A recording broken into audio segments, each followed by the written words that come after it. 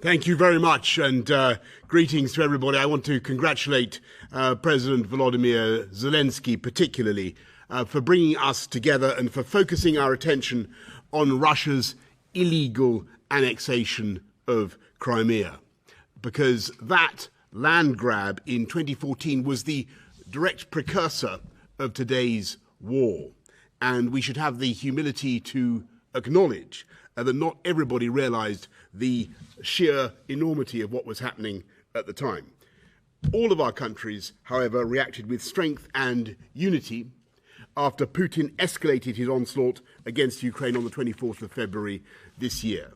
But the first act of this tragedy opened exactly 8 years earlier, almost to the day, when Russian forces began fanning out across Crimea and taking control of a peninsula which constitutes 10,000 square miles of sovereign Ukrainian territory.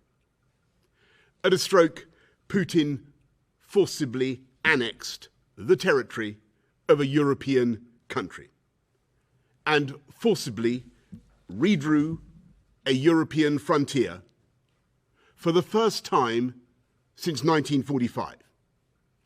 He ignored the fact that Russia itself had repeatedly recognized Crimea as being part of Ukraine. And he broke so many international agreements that I can't list them all, but they include Article 2 of the United Nations Charter, the Helsinki Final Act, and the Russia-Ukraine Treaty of Friendship. And ever since the annexation, the people of Crimea have endured a brutal and systematic campaign of human rights abuses by the Russian authorities, including the persecution of the Tatars, arbitrary arrests with a tenfold increase in detentions last year, and the restriction of land ownership to Russian citizens. Once he grabbed Crimea, Putin deployed more and more Russian forces in the peninsula, turning the territory into an armed camp from which to threaten the rest of Ukraine. And so Crimea duly became the launch pad for the invasion on the 24th of February, or one of the launch pads.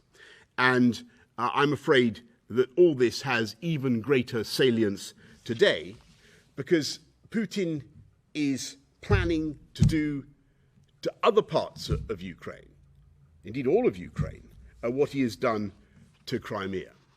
And he is preparing more annexations and more sham referendums. So it has never been more important for us all to stand together in defense of the foundational principle of international law, which is that no territory, no country can acquire territory or change borders by force of arms. And so it follows that we will never recognize Russia's annexation of Crimea or any other Ukrainian territory.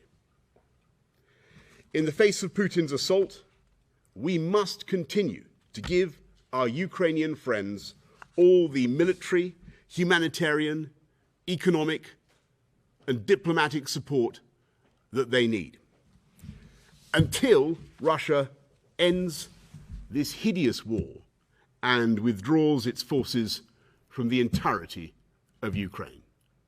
Thank you all very much.